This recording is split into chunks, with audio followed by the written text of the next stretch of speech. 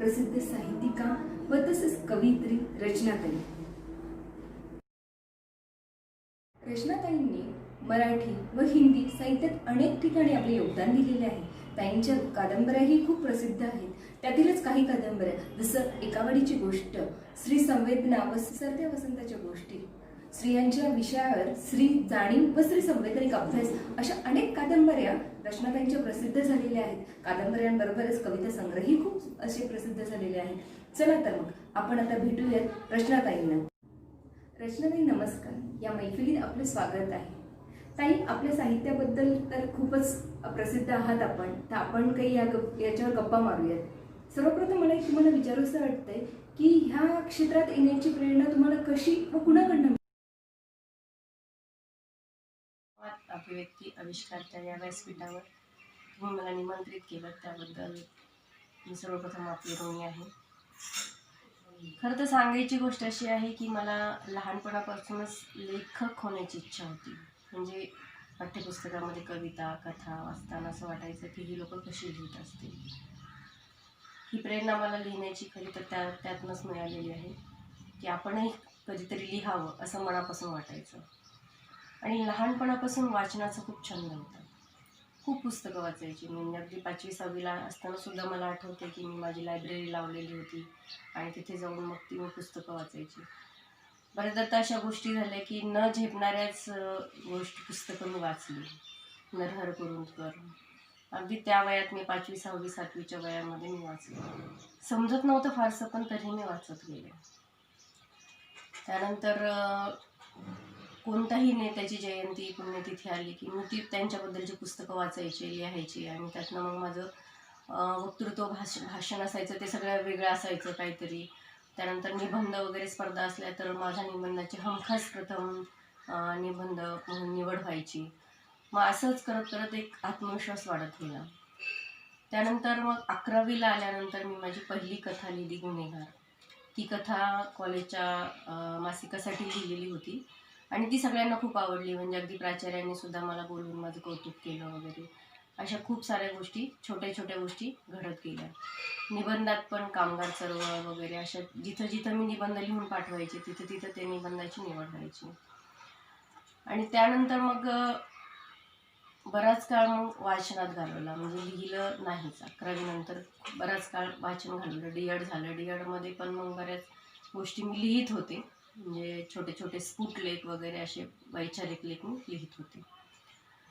त्यानंतर मग बराच काळ 10 वर्ष 20 वर्ष असे माझे गेले की ज्या काळात मी लिहिलं नाही. एकावडीची गोष्ट या कादंबरीसाठी ताईंना महाराष्ट्र शासनाचा पुरस्कारही प्राप्त झालेला आहे. ताई, आपल्या लेखनाबद्दल व तसंच आपल्याला महाराष्ट्र शासनाचा पुरस्कार मिळालेली कादंबरी एकावडीची गोष्ट याबद्दल कृपया आपण प्रेक्षकांना काही सांगू शकाल का? वैशाली, माझ्या लेखनाबद्दल सांगायचं झालं तर माझी आत्तापर्यंत 3 पुस्तकं प्रकाशित आहेत. त्यातली पहिली कादंबरी आहे एकावडीची गोष्ट, जिच्याबद्दलच तुला किंवा आणखी इतरांना सगळ्यांना जाणून घेण्याची फार इच्छा आहे.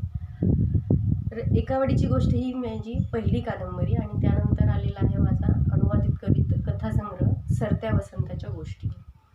आणि त्यानंतरचं तिसरं पुस्तक प्रकाशित झालेलं आहे स्त्री संवेदन स्त्री जाणीवा एक अभ्यास. हे समीक्षेचं पुस्तक आहे. ते माननीय पद्मभूषण अण्णा हजारे यांच्या हस्ते ते मागच्या वर्षी 17 सप्टेंबरला प्रकाशित झालेलं आहे. तर वृषाली, एकावडीची गोष्ट याबद्दल मला सांगायला खरंच खूप छान वाटेल आणि आवडेलसुद्धा, कारण याच पुस्तकाने मी मराठी साहित्यामध्ये मला माझं स्थान मिळालेलं आहे. तर सगळ्यात महत्त्वाची गोष्ट ही आहे की लेखक काय लिहित असतो तर त्याच्या मनाला जे स्पर्श केलेलं असतं ना, ते त्याच्या अंतर्मनात दडून बसलेलं असतं, तो लेखक लिहित असतो.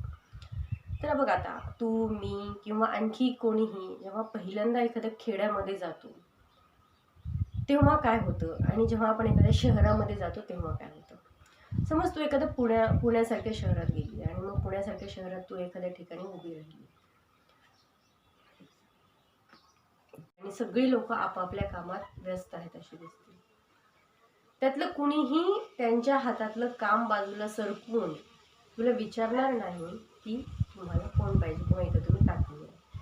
किंवा शेजारी बसलेला भाजीवाला असेल, फळवाला असेल, तो पण नाही विचारत. पण हेच जर तू एखाद्या खेड्यामध्ये गेली भारतातल्या, म्हणजे मी भारतातल्या म्हणते, अगदी महाराष्ट्रातल्या पण नाही, कारण बघ त्यांची बोलीभाषा वेगळी असेल, काही असेल, पण ते तुला विचारतील, फार तर फार हिंदीमध्ये विचारतील, पण ते विचारतील.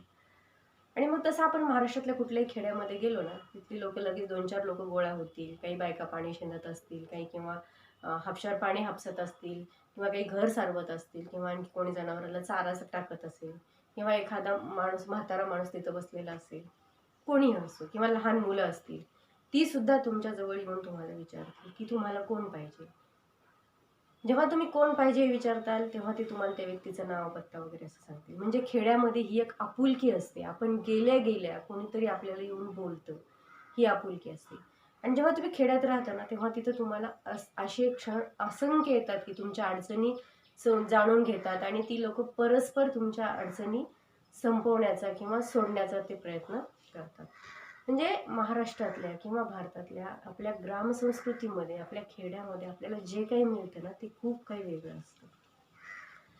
तर हे असतंच बरंचसं या कादंबरीमध्ये आलेलं आहे. खेड्या, आणि एवढंच नाही आपुलकी असते हेच नाही, तर त्या खेड्यामध्ये प्रश्नही खूप असतात.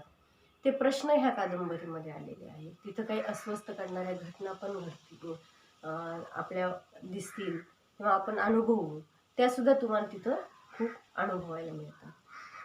हे सगळं या कादंबरीमध्ये आलेलं आहे. म्हणजे नोकरीच्या निमित्तानं खेड्यांमधून फिरताना अनेक गोष्टी माझ्या ज्या लक्षात आल्या किंवा डोळ्यासमोर घडल्या, दिसल्या, जाणून घेतल्या, त्या आपल्या अंतर्मनाला स्पर्श करून गेल्या, त्या सगळ्या ह्या कादंबरीमध्ये आलेल्या आहेत. दुसरी गोष्ट अशी सांगायची एकावाडीच्या गोष्टीबद्दल की या कादंबरीने मला भरभरून यश तर दिलंच, पण हे यश मिळण्याच्या मागची कारणं काय आहेत, तर तिथं खेड्यातलं वास्तव जगणं या कादंबरीमध्ये मांडलेलं आहे.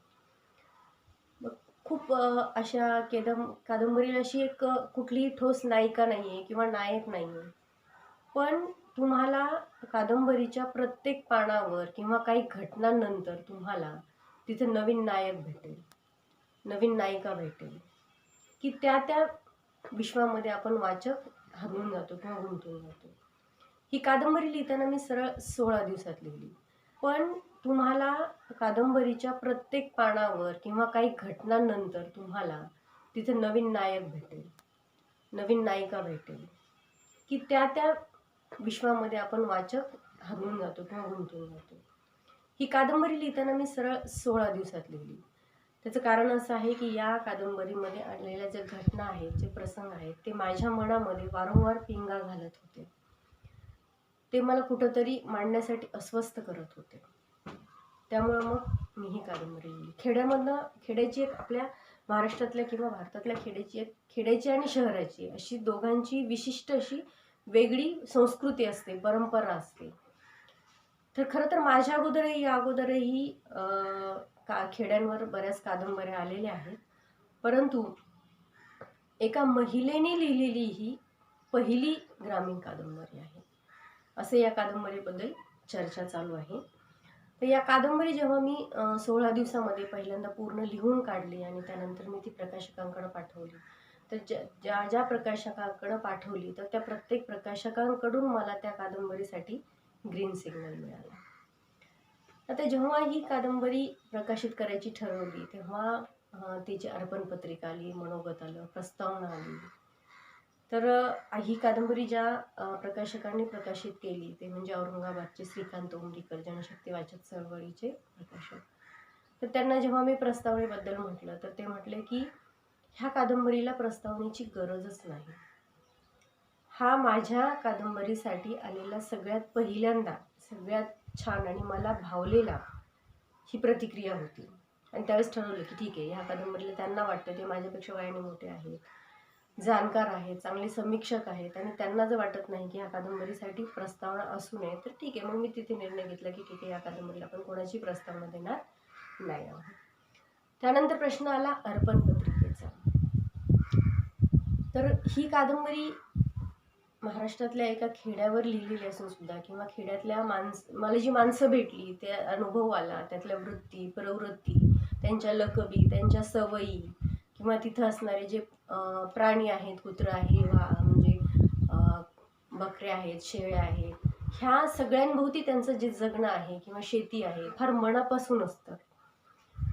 ते आपल्यासारखं फार नटून थटून वगैरे अशा काही सण उत्सव साजरे नाही करत, पण त्यांच्या साजरे करण्यामध्ये एक वेगळीच नैसर्गिकता असते. आणि मुळातच खेड्यातलं जगणं आहे ना, हे प्रचंड निसर्गाच्या जवळ असलेलं असतं. ह्या गोष्टी खूप ज्या स्पर्शून गेल्या ना, ह्या सगळ्या या कादंबरीमध्ये आलेल्या आहेत. खूप काही समस्या या कादंबरीमध्ये आलेल्या आहेत. उदाहरणार्थ खेड्यातली, महाराष्ट्रातली किंवा भारतातली जी खेडी आहेत ना, ती 90% ही स्त्रियांवर चाललेली आहेत. त्या स्त्रिया प्रचंड अफाट, म्हणजे जगातली स्त्री कितीही पुढं गेलेली असो, पण आपली खेड्यातली स्त्री आजही 4ला उठते, ती पटापटा तिथली कामं करते, धारा काढणं, शेतात जाणं, शेतातला म्हणजे अगदी खुरपणी, कोळपणी असे बरेच कामं ती करत असते. अगदी पिंढऱ्यापर्यंत येणाऱ्या मातीमध्ये ती राबून म्हणजे गवत आणते आणि ती गाया काढते, गायांना खायला टाकते, धारा काढते, अशी खूप सारी कामं. म्हणजे तिचा जो दिनक्रम असतो ना, तो आपल्या शहरातल्या पांढरपेशा स्त्रीपेक्षाही अत्यंत व्यस्त असा असतो. आणि ती हे सगळं म्हणजे तिची कुठेच कुरकुर नसते, खूप आनंदाने हे सगळं करत असते. ती स्त्रीसुद्धा या कादंबरीमध्ये आपल्याला भेटेल.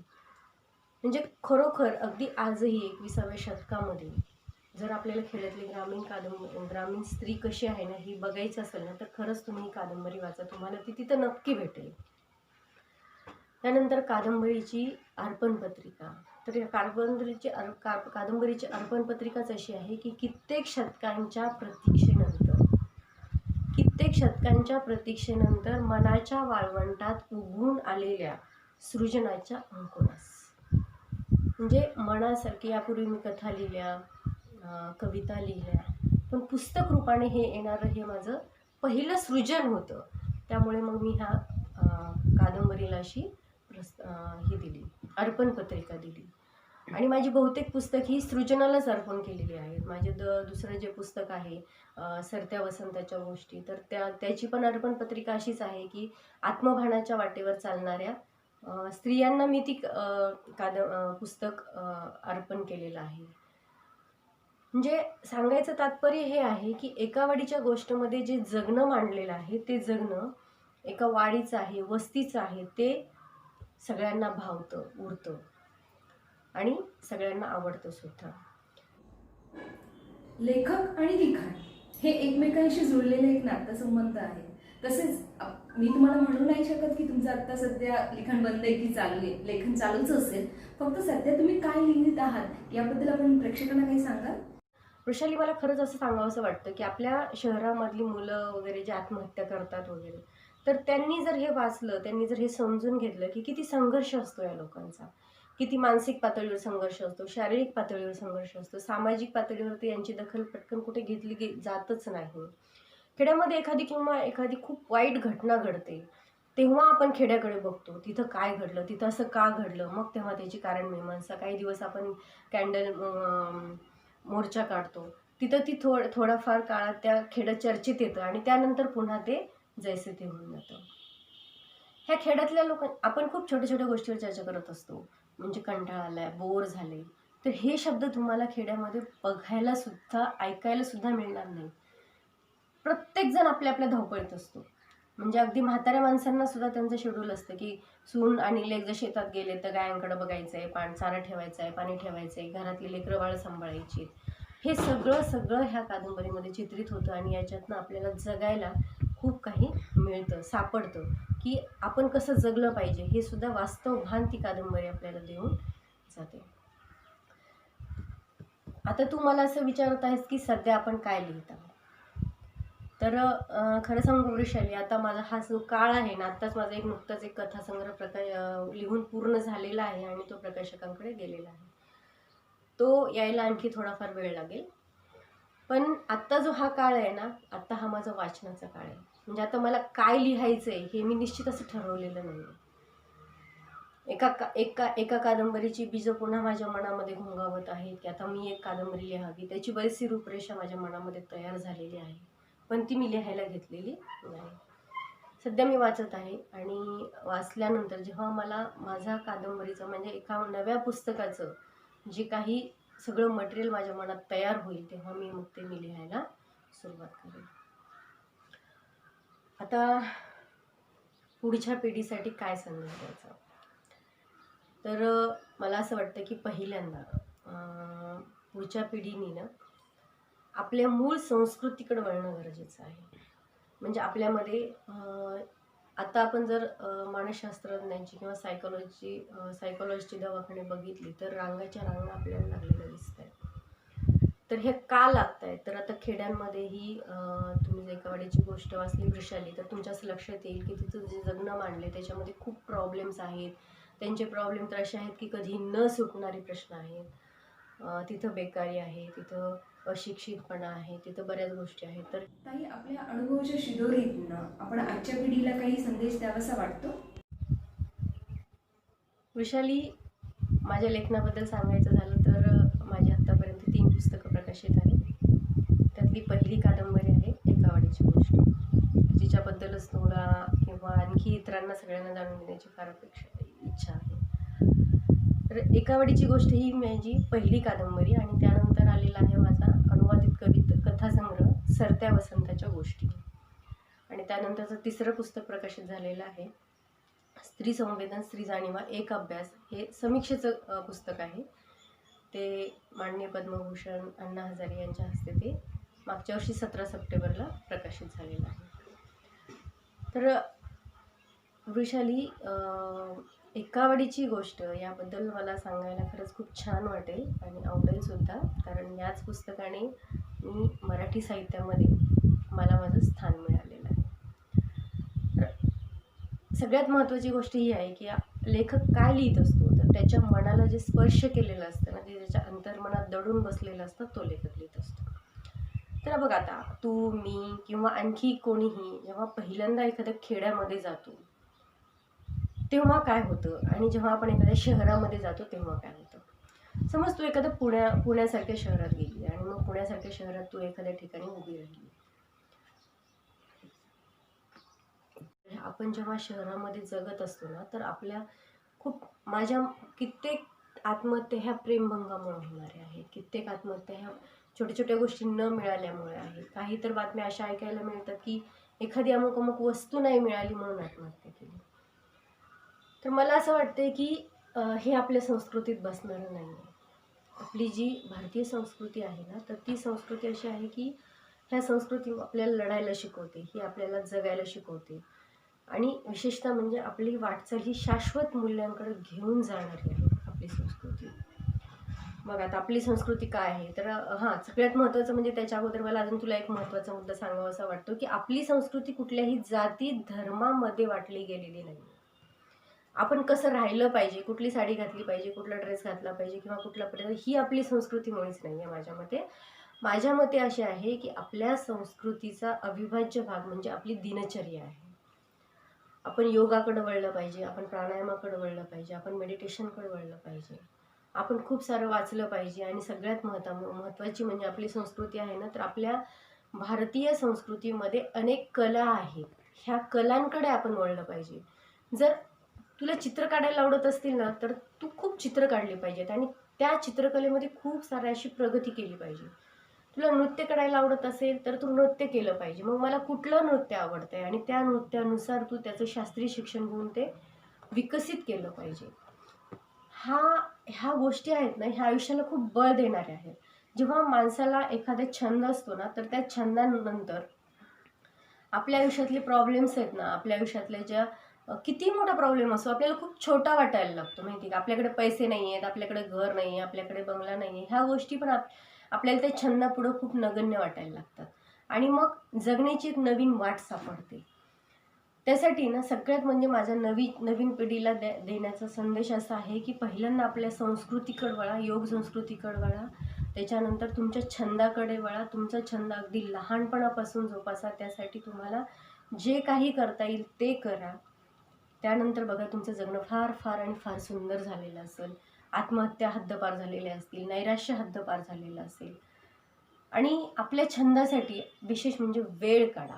दिवसातला शेड्यूल तुम्ही ठरवून घ्या, 1 तास 2 तास आणि तुम्ही जेव्हा असं रोज रोज रोज रोज 10 मिनटं 15 मिनटं तुमच्या छंदासाठी द्याल ना, हा मला चित्र काढायला आवडतात, मग मी रोज 15-20 मिनटं का होईना, मला माझ्या किती बिजी शेड्यूलमध्ये मी त्यासाठी जर पुस्तक प्रकाशित झाले, त्यानंतर तुम्हाला जी प्रसिद्धी मिळते, पुरस्कार मिळतात, तर सगळ्यात पहिल्यांदा तुमच्या आयुष्यामध्ये सगळ्यात महत्त्वाची गोष्ट ही आहे की ह्या ज्या गोष्टी आहेत ना, ह्या प्रसिद्धीपासून खूप लांब राहा.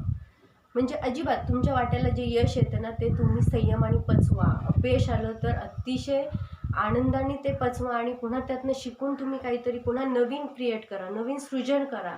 ते तुम्हाला पुन्हा निश्चित अशा ध्येयापर्यंत घेऊन जाणार आहे. आणि यश आहे ना, यश हे तुमच्या पाठीमागे येणार आहे जर तुमची मेहनत असेल तर. पण यशासाठी तडजोड करू नका. ही सगळ्यात मोठी गोष्ट आहे आयुष्यामध्ये. कुठले म्हणणार हां मला हा पुरस्कार नाही मिळाला, ठीक आहे, नाही मिळाला, काही हरकत नाही. त्याच्यापेक्षा मोठा पुरस्कार तुमची वाट पाहत असेल जेव्हा तुम्ही त्या तोडीची मेहनत करत असता. आज मला खरंच खूप वाईट वाटतं की खूप तरुण मुली लिहितात, तरुण मुलं लिहितात, पण छोट्या छोट्या पुरस्कारासाठी मग हां नाही हे मार्ग, ह्या मार्गाने यांच्याजवळ गेल्यानंतर मला पुरस्कार मिळेल, त्यांच्याजवळ मिळाल्यानंतर, किंवा त्यातल्या अजून खूप काही तडजोडीच्या गोष्टी आहेत. तर ह्या सगळ्यात पहिल्यांदा आपल्या आयुष्यातनं बाजूला काढून फेकून द्या. तुम्ही एखाद्या पुरस्कारासाठी तडजोड करताय याचा अर्थ असा आहे, तुम्ही एखाद्या प्रसिद्धीसाठी तडजोड करताय याचा अर्थ असा आहे की तुमच्यामध्ये असलेल्या जे गट्स आहेत, जे काही तुमची क्षमता आहे ना, त्याच्यावर तुमचा विश्वास नाही आहे. तर स्वतःचा शोध घ्या, स्वतःवर विश्वास ठेवा. यशासाठी कुठेही तडजोड करू नका. मूळ जी भारतीय संस्कृती आहे, जी कुठल्याही जाती धर्मात वाटली गेलेली नाही आहे, तर ती फक्त तुमच्या दिनचर्येशी निगडीत आहे भारतीय संस्कृती. त्या भारतीय संस्कृतीचा शोध घ्या. जास्तीत जास्त नैसर्गिकपणे जगायला सुरुवात करा. तुम्ही जेव्हा जितकं जास्त नैसर्गिक जगायला सुरुवात कराल, तितके आजार तुमच्यापासून दूर असतील, नैराश्य दूर असेल, फ्रस्ट्रेशनसारखी कुठलीही गोष्ट तुमच्या वाट्याला येणार नाही आणि तुम्ही खूप आनंदात जगाल. म्हणजे खूप मोठे प्रॉब्लेम्स असतील तुमच्या आयुष्यामध्ये, अगदी टोकाचे, म्हणजे अगदी टोकाचे, तुमच्या आयुष्यात खूप प्रिय व्यक्तींचा मृत्यू झालेला आहे, खूप मोठं अपयश तुमच्या वाट्याला आलेलं आहे, तुमच्याजवळ पैसे नाही आहे, तुमच्याजवळ काहीच नाही आहे, अशा जरी गोष्टी तुमच्या आयुष्यात असल्या ना, तर तुमच्या आयुष्यामध्ये जर तुमचा छंद असेल, तुम्ही जर नैसर्गिक रीतीने जगत असाल, तेव्हा सुद्धा ह्या गोष्टी तुम्हाला नवीन वाट दाखवतील जगण्याची, की जी खूप आनंददायी असेल आणि जी खूप प्रेरणादायी असेल. संघर्ष असेल, संघर्ष प्रत्येकाला असतो. संघर्षाशिवाय मिळणारं यश हे सुद्धा कुचकामी असतं. त्यामुळं संघर्षाची वाट पहा, संघर्ष करण्याची तयारी ठेवा आणि संघर्षानंतरच यश मिळो ही सुद्धा तुम्ही मनातल्या मनात प्रार्थना करा. खूप मोठे व्हा.